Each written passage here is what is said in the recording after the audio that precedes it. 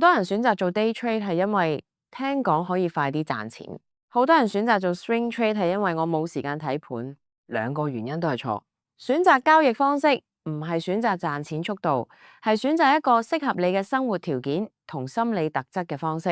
Day trade versus swing trade 5個維度比較。第一個維度，時間要求。Day trade 係同一個交易日入場同出場，要盯盤，通常每日需要4至8個鐘持續睇市。Swing trade 係持倉1至幾個禮拜，每日只需花30至60分鐘復盤，唔使成日盯住睇。第二個維度，壓力模式。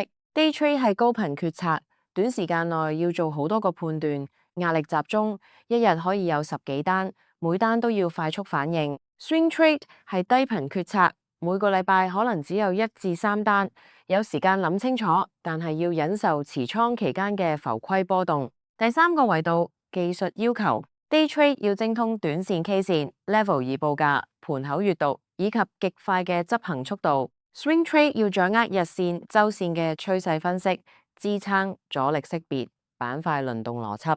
第四個維度，資金要求。美股 Day trade 有 Pattern Day Trader Rule， 最少要25,000美金，加密貨幣就冇呢個限制。Swing trade 對資金門檻要求相對低，但仍然要確保單倉佔比合理。第5個維度，心理特質。Day trader 適合鍾意快節奏，喺壓力下仲可以快速決策，情緒穩定，能承受一日多次輸贏嘅人。Swing trade 適合有耐性，能承受持倉浮虧，日間有工作或其他事務嘅人。場景應用示範。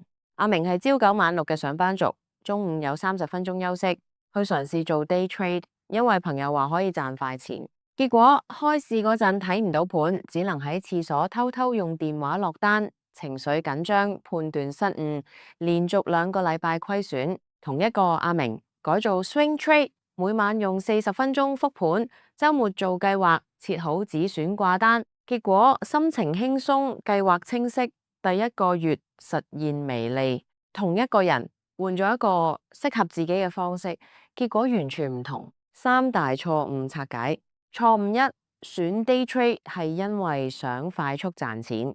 Day trade 對散戶嚟講勝率極低，研究顯示超過80%嘅 day trader 喺第1年虧損，想快速賺錢嘅念頭往往帶嚟快速虧損。錯誤2，選 swing trade 係因為唔想花時間。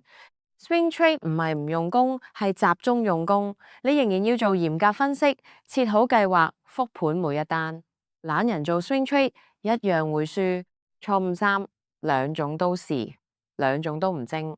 今日 day trade， 明日 swing trade， 後日再算，精力分散，兩種都做唔好。初學者應該揀定一種，至少做6個月，建立好系統再考慮擴展。總結，選擇交易方式唔係睇邊個賺得快，係睇邊個你可以持續執行。如果你每日有時間，鍾意快節奏，能喺壓力下保持冷靜，考慮 day trade。如果你時間有限，傾向諗清楚先行動，能忍受持倉波動，考慮 swing trade。揀定之後，用6個月時間，只做一種，積累記錄，復盤，慢慢提高勝率。